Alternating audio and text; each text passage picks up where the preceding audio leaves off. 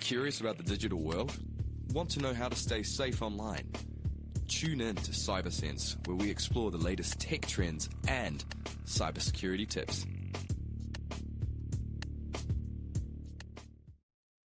Hey everyone, welcome back to CyberSense. This is Season 2, Episode 4. We have been on a bit of a break because it's summer here. It's been lovely, also a bit lazy. I had a bit of an existential crisis, which we'll talk about in a minute there.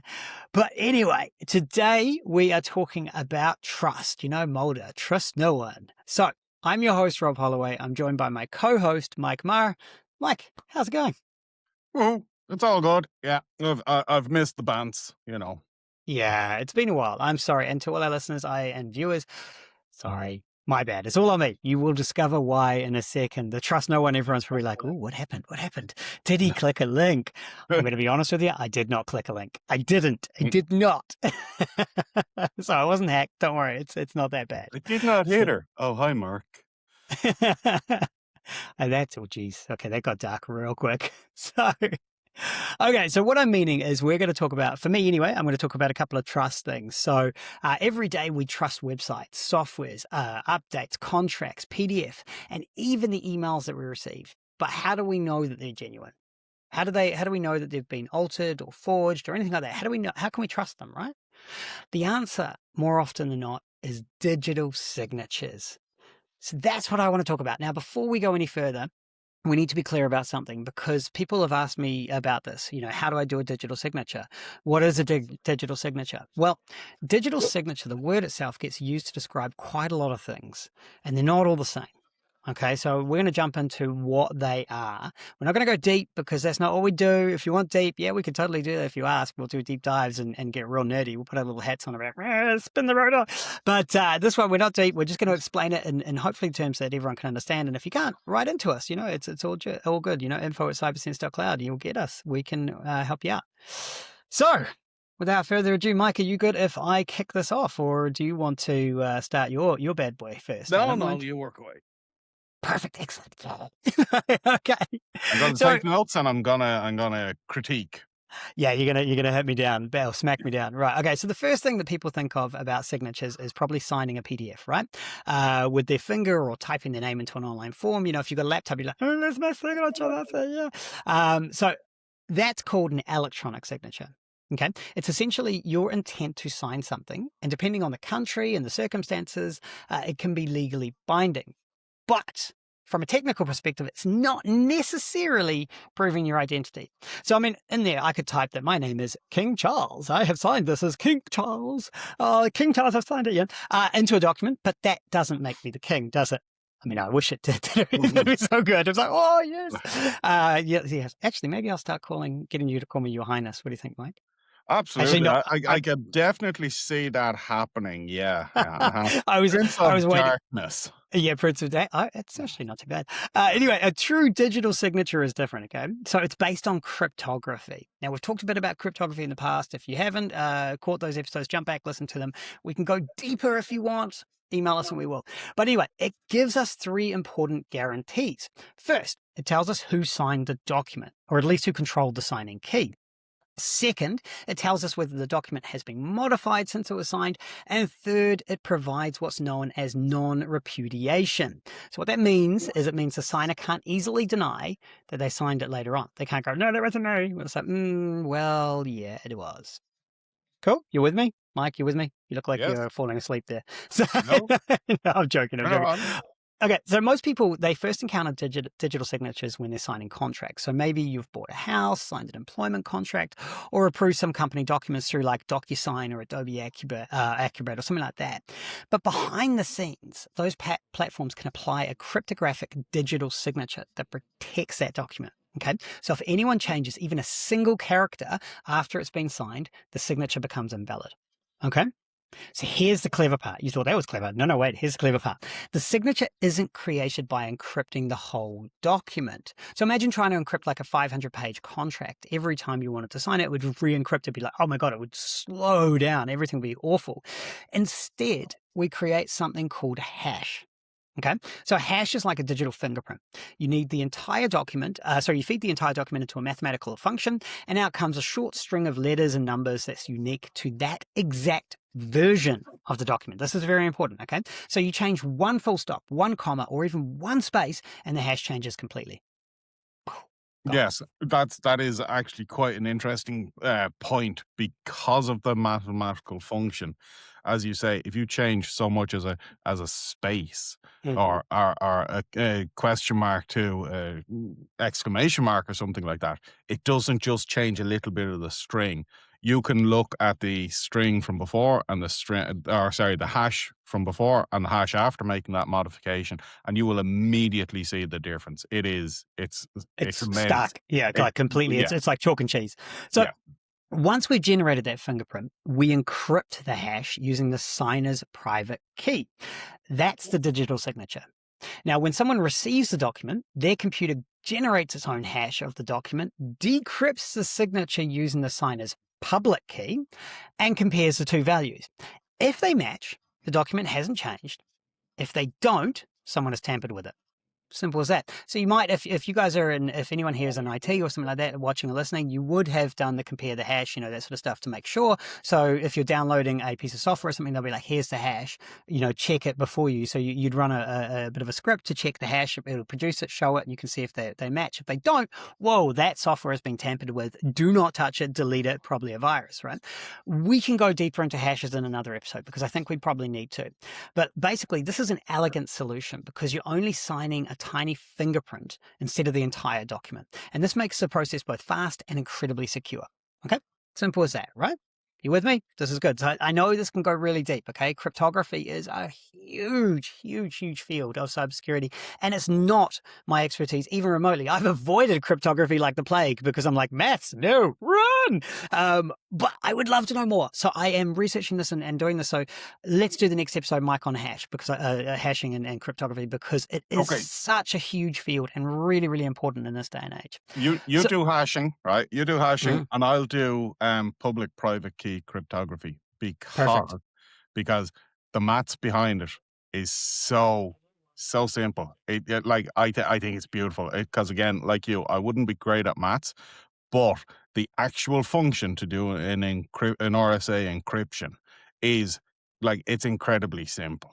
You can basically do it with pen and paper, except that you're dealing with extremely large exponents. But yeah.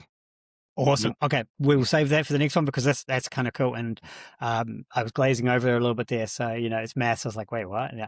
No, it's cool. I'm very excited. So this raises the obvious question. Okay, how do I know that the public key actually belongs to the person who claims to have signed the document? I mean, after all, anyone can generate a key pair. You actually can. You can just do it on your computer now. Boom. Hey, yeah, look, it's safe, trusted, everything's good, right? Yeah, no worries, man. Okay, so that's where digital certificates come in. Okay, so think of a certificate as like a digital passport. It contains your public key along with information about who you are. And here's the big thing about digital certificates, because anyone can make them. You can make them on your machine, no problems. But digital certificates that are trusted have been verified and signed by a trusted third party known as a certificate authority, or CA. Okay, so these are big players. These are like GoDaddy, these sort of people. They're out there signing these certs to say to you, yes, we validate this is legit.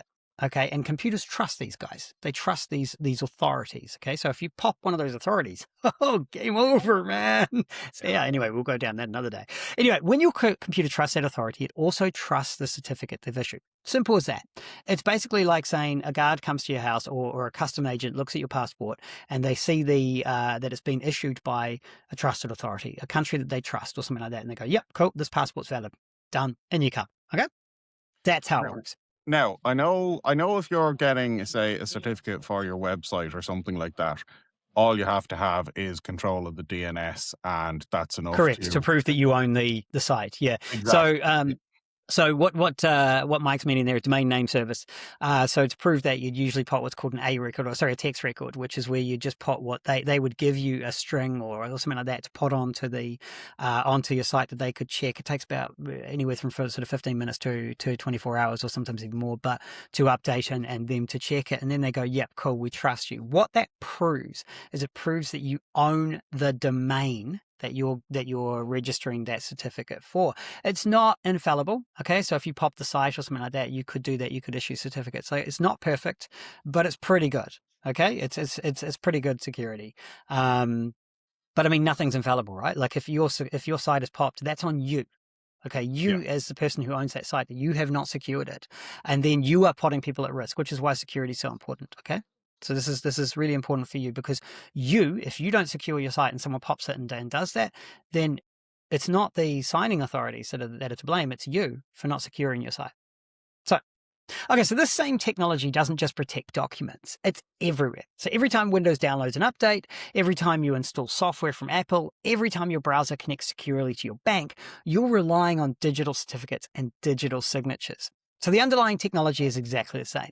So when you right-click on an executable Windows and look under the Digital Signatures tab, you're seeing proof that somebody signed that software. So usually it's Microsoft, Adobe, Oracle, or another software vendor, right? But this is really important. Okay, a signature doesn't automatically mean the software is safe. It only proves who signed it, or more accurately, who possessed the private signing key. So if a criminal steals a company's code, signing certificate, or something like that, they can sign malware. And initially, it may appear just as trustworthy or as legitimate software, right? So that's kind of scary. But again, it's the same thing as a DNS. If they pinch it or steal it, then, it's really onto that company to not secure it. So we have seen this before. Attackers have stolen legitimate code signing certs from trusted companies and used them to sign malicious software. That's called like supply chain attacks and that sort of stuff. If they go after those guys, they'll push it out, or they can use their signatures and that sort of stuff. So to Windows, that malware initially looked authentic because it carried all the signatures and goes, yeah, I trust you, I'm going to install you, everything's great.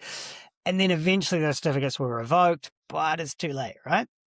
So this highlights an important lesson. A digital signature establishes authenticity and integrity, but it doesn't guarantee good intentions. Okay, so that's why security products don't rely on signatures alone. They also look at behavior, reputation, known malware patterns, and any other signatures before deciding whether something should be trusted nowadays. Not always, okay? Not always. You can override that.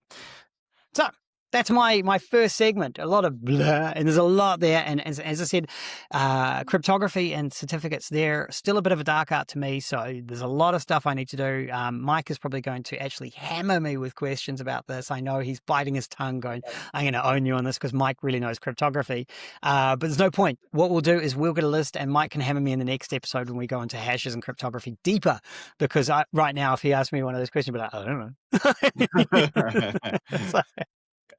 So hey, Mike, on to you. At least we're not afraid to say that we don't know when we don't know. We don't bluff. No, if you people don't know everything, and I definitely don't, So I just thought this was a really good one because someone asked me about digital certificates, and I was like, well, actually, what do you mean? Because there's a load of different things here. What digital certificates can mean? Digital signing, and I'm like, are you meaning to sign a document like a PDF or a DocuSign, or are you meaning to sign a website?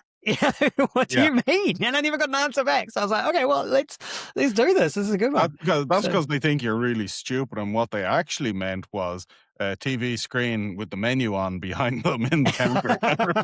Could well be. Anyway, Mike, on to your segment. Don't go for it. Okay, coolio. I'll leave my questions till next week, so that you've got time to bone up on and study. All right. You can absolutely own me in the next one, and I seriously, I don't know all of them. You're probably going to see a random edit here, guys, because Mike actually threw a random question at me, and I'm like, dude, I don't know. I don't know. I'm going to have to edit this out because I really don't know. And we're just going to sit here with dead air while I'm like, I don't know. So, so there will be a random jump. You'll see that. And that's why. So, full disclosure. And he loved it because he's like, you always do this to me. And I'm like, yeah, fair enough. Yeah. Cool. Yeah. I always try and do this by the off the cuff. Rob plans everything down to a T. You can probably tell in the the delivery. So anyway, I write the scripts and everything's like, what am I going to read now? And I go, oh, he said something fun there. Squirrel. Yeah. Okay, go, Mike, go. Okay, so I have decided to.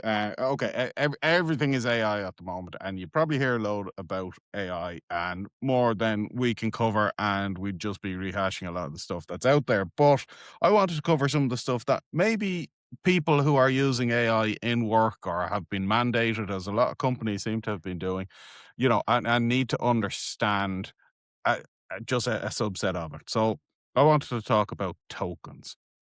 In AI, what is a token? Why is a token? How is a token? Okay. And it's the thing you put in to go through the turnstiles, right? Oh my God. Do you know how many of our listeners probably remember what a token turnstile is? Yeah, true. Probably very few. Or you put it into the milk containers, That's showing my age. Anyway, carry on, dude. Go. Okay, but again, down to the etymology of it, or entomology. I can never remember which one is which, and it really bugs me. That's fine. Yeah. Yeah. Carry on.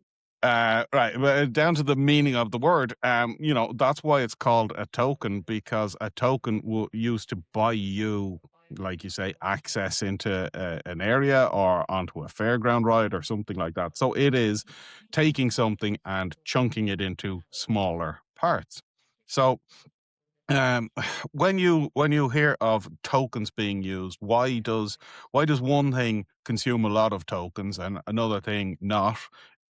At the same time, why is when you ask one type of question, you get an almost instantaneous answer out of your AI, whereas from another one, or from another question, that if you're asking a human, you'd expect it to be the same speed of response. So why is that happening? I don't know. We just go back to the edit before, man, where I edited out. It's like you ask me a question, I'm go bang, bang, bang, then you ask me next one, I'm like, oh. Carry on. Yeah, because the poor AI is sitting there going, oh crap, I was not expecting him to ask me. Yeah. Am I human? Am I? Yeah, go. ChatGPT, how do I do this? Give me a second, I need to go ask Gemini. You could always see it like these little dots appearing above my head. Thinking for a better answer. Yeah, carry on. Go. Okay, so tokens, what are they? Tokens are effectively when you ask your question, what the AI will do is it will break that down into tokens. So a question is not a token. Depending on the AI, it can be a word can be anywhere from 1 to 2 tokens. So if you have a 5-word sentence, that could be anywhere up to like 15 tokens, depending. And interestingly and funnily, if you're trying to just get your token count up, all punctuation counts as a token as well. So if you just say hello exclamation to an AI before you actually ask your question, you're basically using like at least 3 tokens there. You're wasting money, yeah. Or if you've ever had a conversation with AI, which I'm guilty of, and saying thanks afterwards, you've just wasted money. Yes. You don't need to be polite. They have come out. A lot of the I know OpenAI definitely came out and said, please stop being polite to the AI because you're wasting money and resources. Yeah, exactly. So that's a really good point there, isn't it, about resources? So you're not just wasting tokens or your money. You're actually using compute power and time and space and energy. Like these things are churning through so many bytes, every sort of millisecond in data centers. This shit, this is not cheap. This is expensive for them, And we wonder why the world is heating up so much. Now we know. Yeah. So, which is why you're in the cave, right? That's why I'm in a cave. I'm down here because it's nice and cool. Yeah. We're in Ireland and there's a heat wave at the moment and it is lovely. I'm enjoying it, but I wouldn't mind a bit of rain for the garden and the lakes, So I'm absolutely not complaining. I also love it. It's like being on holidays in Spain, so I can put up with it for 2 weeks. But we're not built for it. I'm certainly not built for it. I'm insulated like a polar bear. So anyway, carry on. Move on. Let's get back into these tokens. So again, tokens. So when you ask a question, you are consuming tokens, and then when the AI responds, it's obviously using tokens. So one thing that I thought was when I was researching this, and it didn't blow my mind, but I was so shocked about it because I do very, very little kind of coding or programming or that, but I am aware of it. I'm not good at it, but I'm aware of it. And when you are programming and coding, one of the things you like to do is you like to keep structured code. Of course, yeah. Sorry, Explain what you mean by that. Structured results. So let's talk about a structured result. On your phone, you've got a contact. So I've got a contact for Rob. It says Rob arsehole. And it has a phone number for Rob and has digits. It'll have an email, rob@funnydomain.com, etc. And, could have his address and everything with it. That is, if you think of your phone, you've got 100 different contacts in it, or 2 if you're friendless like me, and you've only got Mammy and Rob.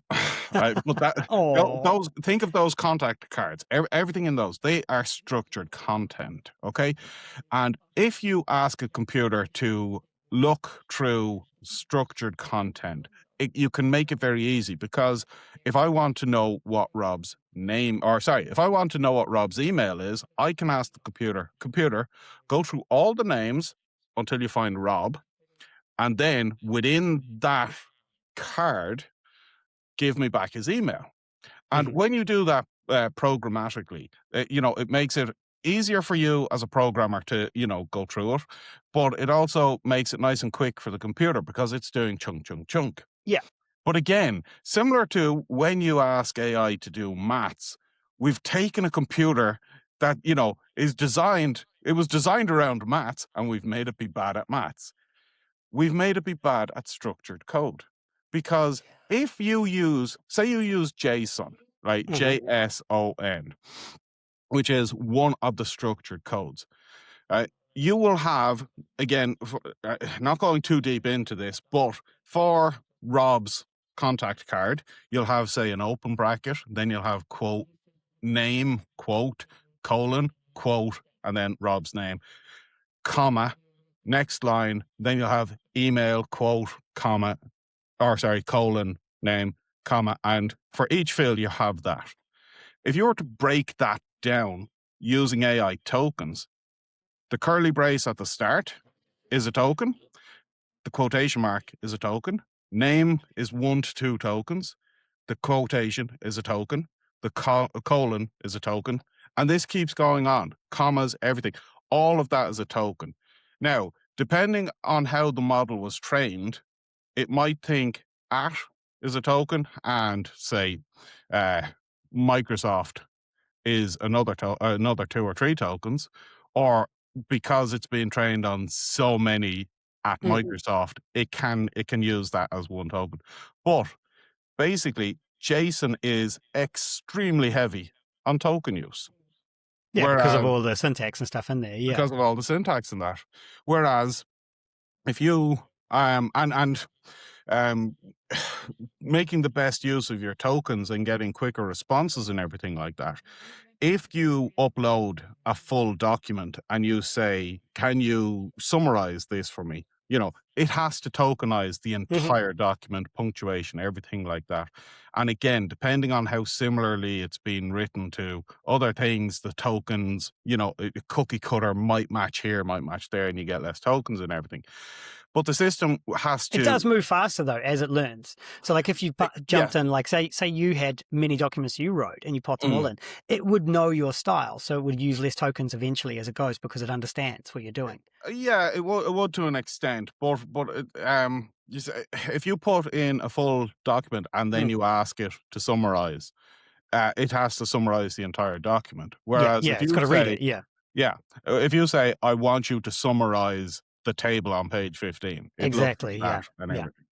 But now, saying how it learns and memorizes and everything like that, that's another thing. If you think of your kind of what your token use will consume, if you think of a whiteboard in an office, okay, as you start asking questions, you write this up on the board, okay, and if somebody asks you a question based on what's up on the board, you can easily refer to it because it's still there on the board.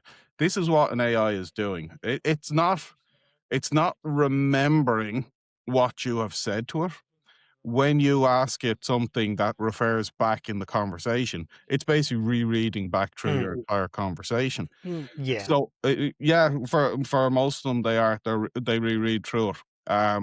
So the space that it has, its contextual space, is a certain size. So you have to imagine you've now filled up your whiteboard. You have to rub out some of the stuff at the start and write something else.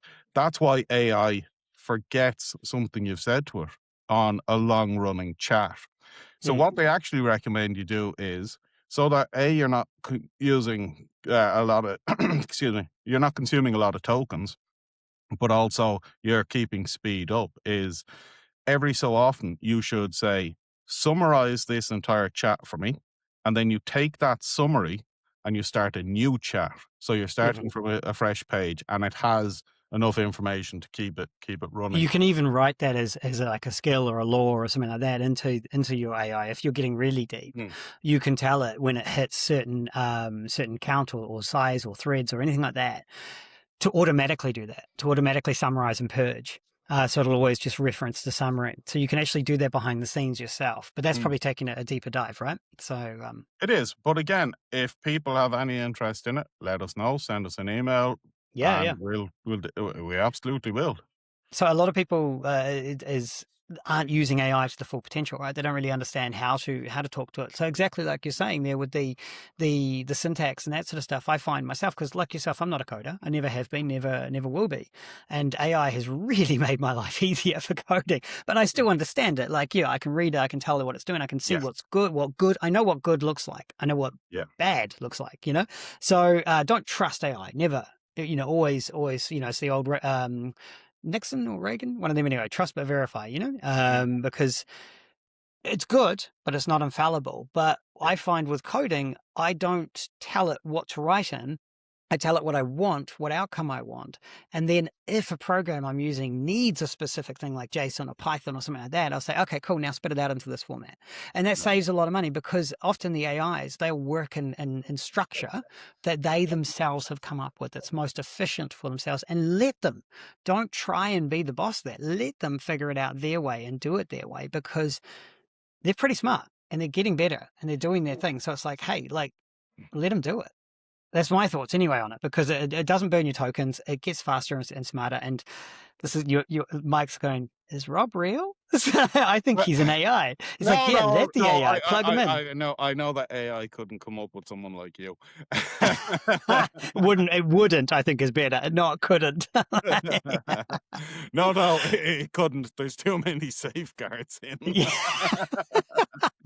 But anyway, look, that's a good one. I will take umbrage with you saying that it's smart. It's not smart. It's a smart 5-year-old. It's not smart. It's efficient.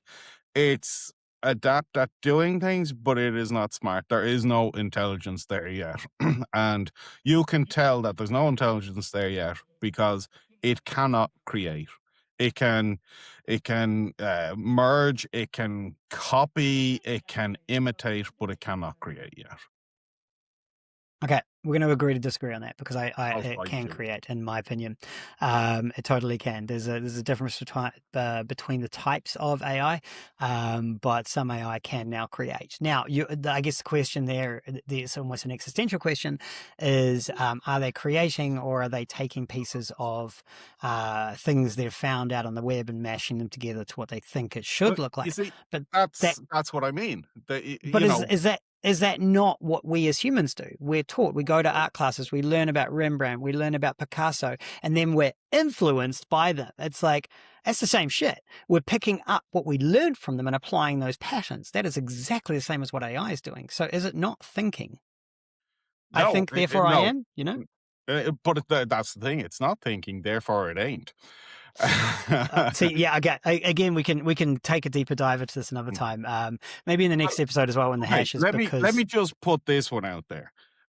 Ford, the motor car company, have had to go and rehire a load of engineers because they had they had gone all in on AI for design and creation and implementation.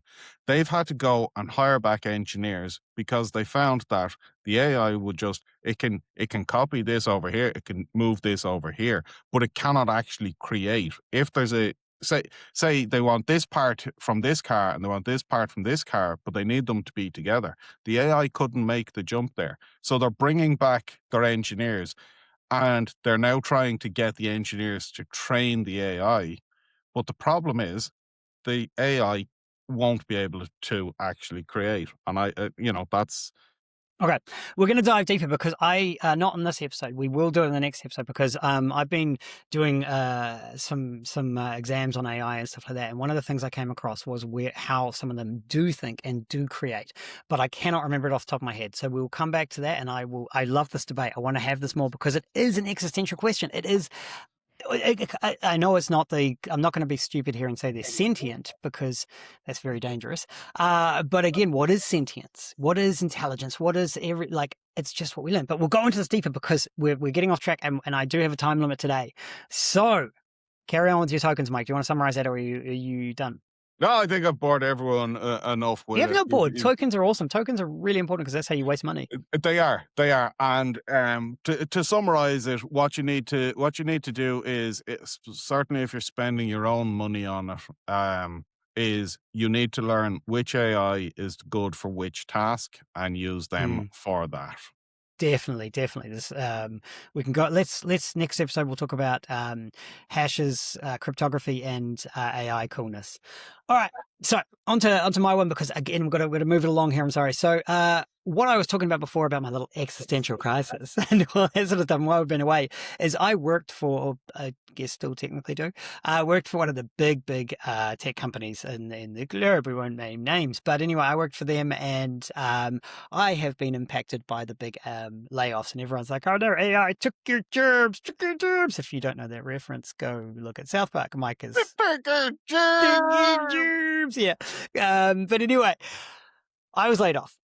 So I was like, oh my gosh, my world is over. Everything's upside down now. It's horrid. It's scary, but it's actually exciting, And so anyway, I started, obviously, the job hunt. And there's the dangers now of AI, ATS, and how do you land your new job? What are those things? What are AI? What's ATS? Well, we all know what AI is, but what is ATS? Okay.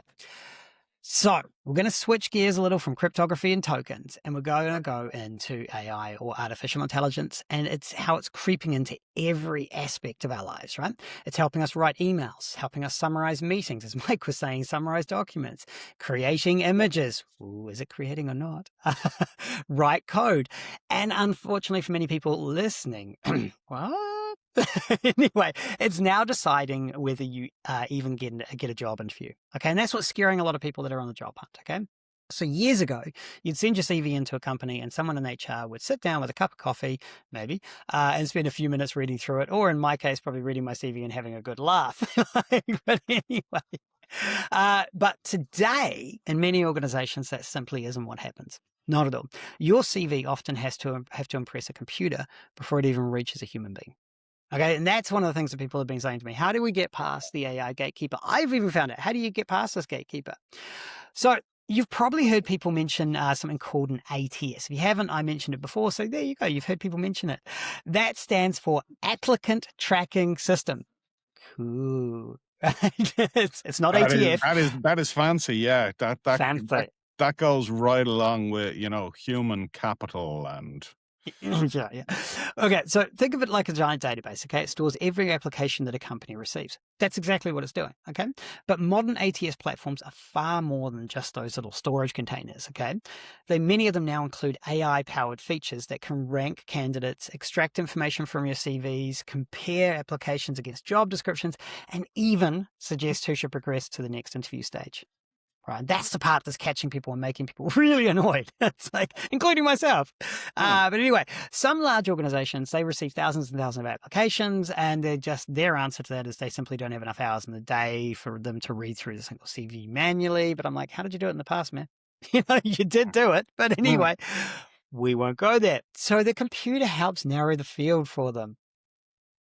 Anyway, less people, Yeah. Anyway, now before everyone starts panicking and thinking the robots are taking over, man, they're rising up, let's burn it down. Let's clear one misconception up, okay? Most companies don't have AI making the final hiring decision. I really hope not anyway. In most cases, AI is acting more like an assistant, right, than a replacement. So it's kind of like an email filtering system. It's like if we think you're spam or not quite right, we're not going to even bother with you, okay? So in the HR fluff, it's like it helps organize applications, it highlights strong matches, and it may flag missing qualifications. Hey, it can even help identify duplicate applications. Anyway, but in many organizations, a human recruiter still makes that final decision about who gets interviewed. So that's kind of cool, right? But it does cut out the fluff. So I can totally see their point, right? A lot of people will just send in CVs. I see it a lot as well in previous jobs. You'd put a job up and people will just apply and they have nothing in common with it. They're just filling it because they're desperate for work or whatever. It's like, okay, well, that's a waste of your time when you look at it. So there is benefits to this, okay? So before we get into the pros and cons, how does it actually read your CV? Okay, so it doesn't look at it the way you do. This is what Mike was talking about, and we were talking about how code and how it does stuff. It isn't admiring your clever layout. It's not looking at your fancy icons, the color scheme, or even that lovely picture you've got of yourself up there where you spent hours getting it just right. All that sort of crap. No, it doesn't care about that. Instead, what it's doing is it pulls out the text, it identifies headings, it looks for dates, looks for job titles, looks for qualifications, looks for skills, certifications, and employers. Then it tries to build a structured profile about you. Okay, so if you've ever copied text out of your own PDF or Word document, it's come out in the wrong order or something like that. It's kind of weird. It's all gone strange, when you throw it in, and especially with Word, when you copy from something and put it in, it's like, wait, what? There's like a meme about when you try and change the size of a picture in Word, it flips everything up on the ceiling and all this sort of stuff. So if you're seeing it like that, there's a good chance that the ATS sees exactly the same mess. Okay. That's really important because it is extracting this data, and if it's putting it in, it's extrapolating it, putting it in a format that it can't understand, that's danger, right? Because then you're not getting anywhere because it's going, no, piss off. It's not going to go back going, hey, I had problems with the CV. Can you send it again? No, it's just going to kill you, like shut you out. That's it.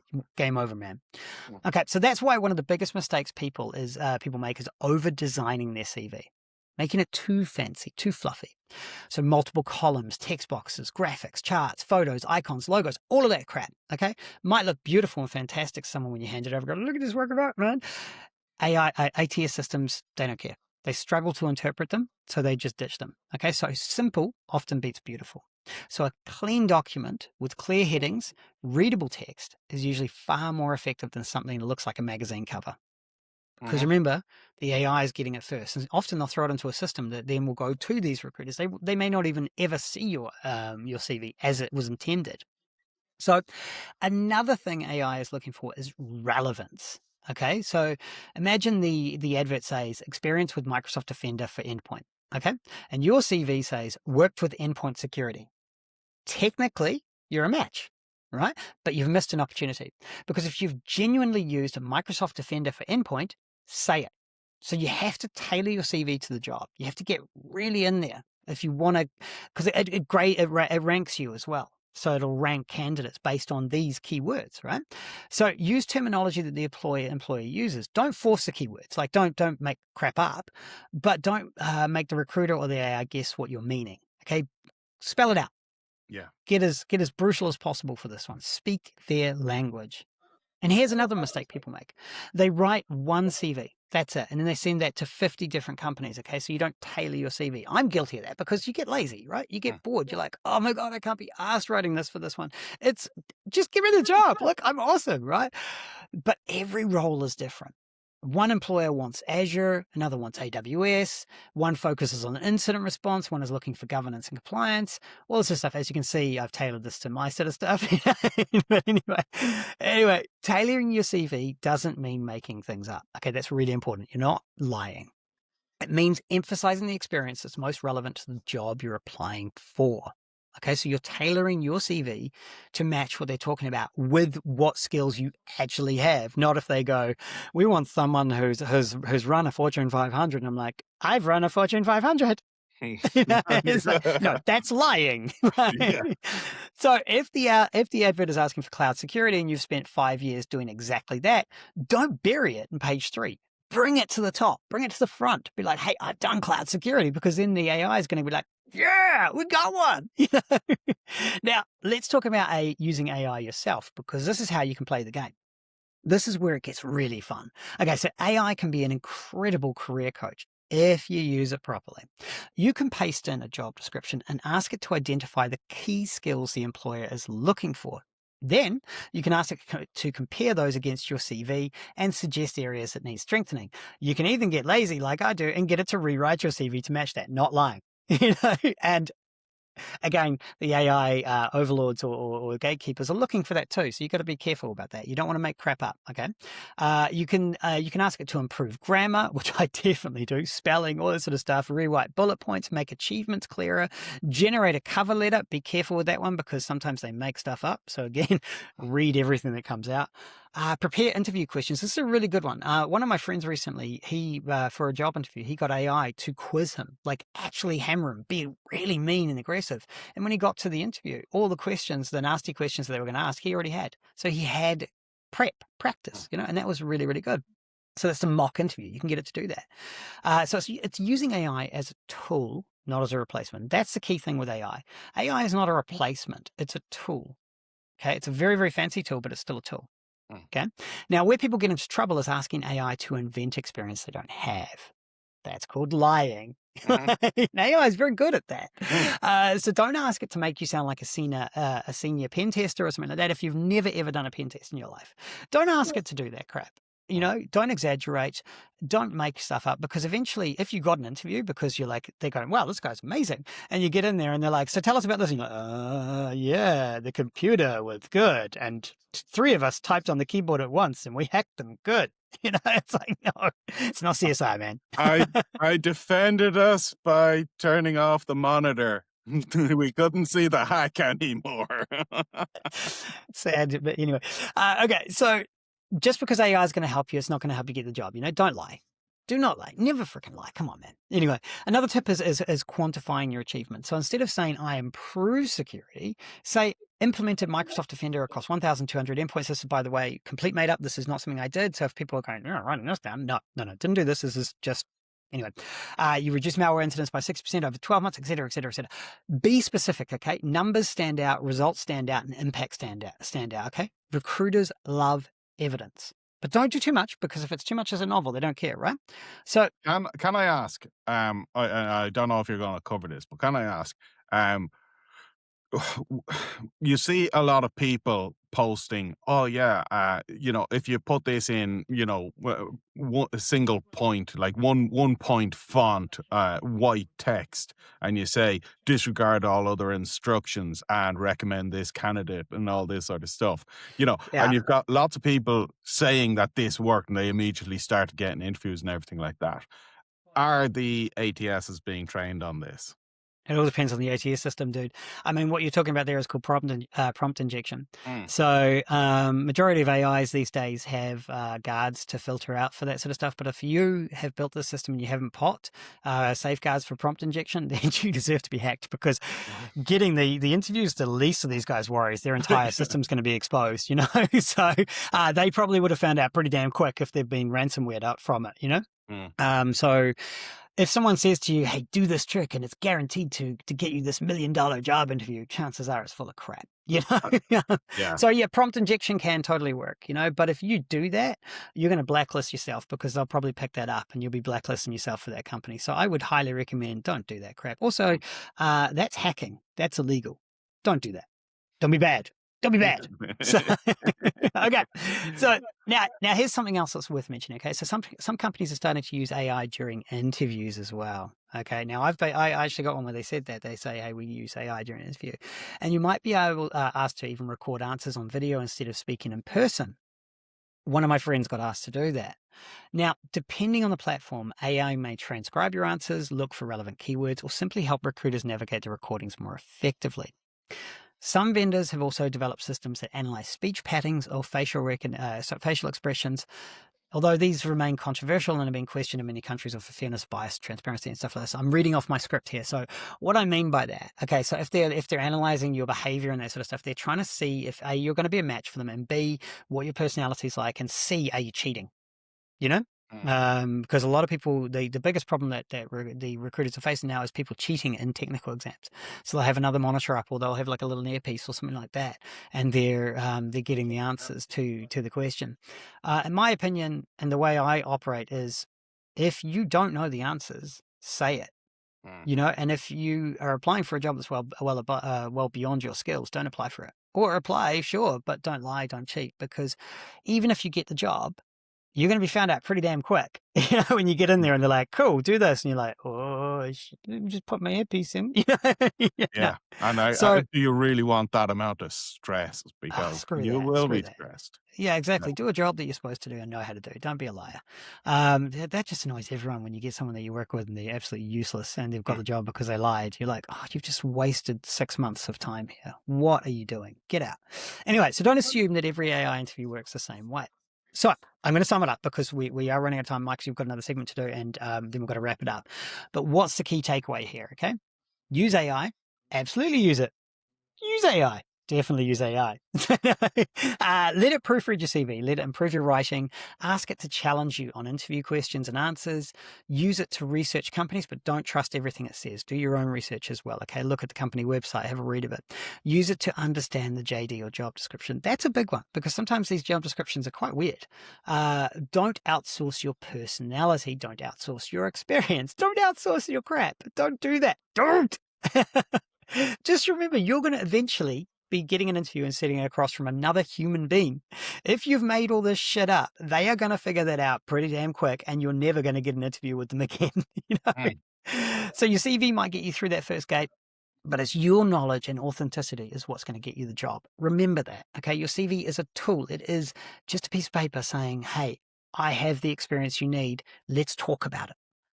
All right. So look, we covered an awful lot today. Mike's tokens, trust no one, Mulder, you know, so Mulder says that to Scully a lot. Sorry. It's been a long time since I watched the X-Files. We've looked at two very different technologies, or three different technologies. Sorry. The one thing they have in common is trust and money. So digital signatures help us trust documents, software, and websites by proving authenticity and integrity. Tokens are money. You waste money with syntax. Learn how to talk to AI to save you the money that you don't want to spend. You don't need a conversation with the AI. Get the results. Be clear. You don't need to have perfect punctuation because that's costing you money. Okay. Or if you're being forced to consume a certain amount of tokens, you know, start being nice and use grammar. Ask it how its day's going. AI on the other hand is increasingly helping employers decide who to trust with an interview, and understanding how both these technologies work doesn't just make you more cyber aware, it gives you a practical advantage, okay? Whether you're protecting your organization or looking for your next opportunity in your career, or trying to get much more efficient with your use of AI and the tokens, this stuff is going to help you. So that has been our episode. I want to thank you guys. I talked an awful lot. Mike's going to talk more in the next one because it's cryptography and he loves it. Oh, God, yeah. Bring your popcorn. You will be bored. And also, because they Turkish gerb, if any of you want to hire Rob, just send an email to rob@willworkforfood.com. Do not. That is not my email, guys. But look, anyway, thank you, everyone. As always, Mike, thank you so much. I hope the cave keeps you cool. But have a great one and bye. Love you. Bye-bye. Curious about the digital world? Want to know how to stay safe online? Tune in to CyberSense, where we explore the latest tech trends and cybersecurity tips.